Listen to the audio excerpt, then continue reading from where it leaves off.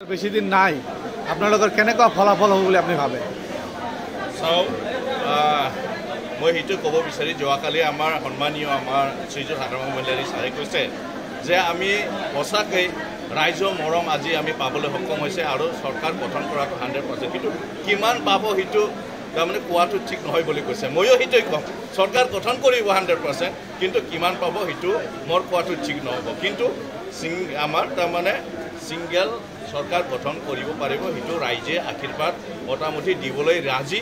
কেতিয়া ইলেকশ্যন হ'ব সেইটো ৰখি আছে। জমদাৰ সমষ্টিত কি হ'ব আপোনালোকৰ? জমদাৰ সমষ্টি আপোনালোকৰ নিশ্চয় ৰিপৰ্টাৰ হিচাপে অলপ হ'লেও গম পায়। গতিকে ৰিপৰ্টাৰ পৰা মই ফিডবেক পাই আছোঁ, ৰাইজৰ পৰা ফিডবেক পাই আছোঁ, ইণ্টেলেকশ্যন পৰা আমি ফিডবেক পাই আছোঁ, সকলো তাৰমানে এংগেলৰ পৰা আমি ফিডবেক পাই আছোঁ।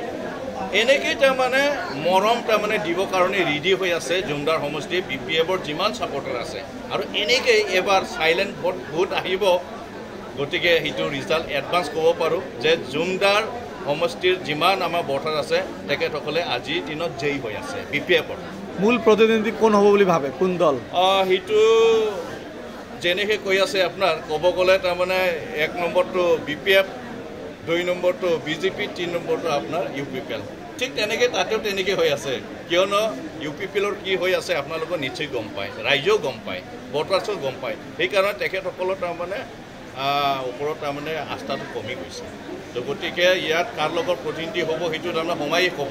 কিন্তু মই ভাবিছোঁ মোৰ ইয়াত তাৰমানে তেনেকৈ তাৰমানে প্ৰতিনিধি তেনেকৈ নহ'ব, আৰামছে ওলাই যাব, যিহেতু চবে BPFৰ কাৰণে ভোট দিবলৈ ৰেডি হৈ আছে আমাৰ সন্মানীয় আমাৰ ভোটাৰসকল।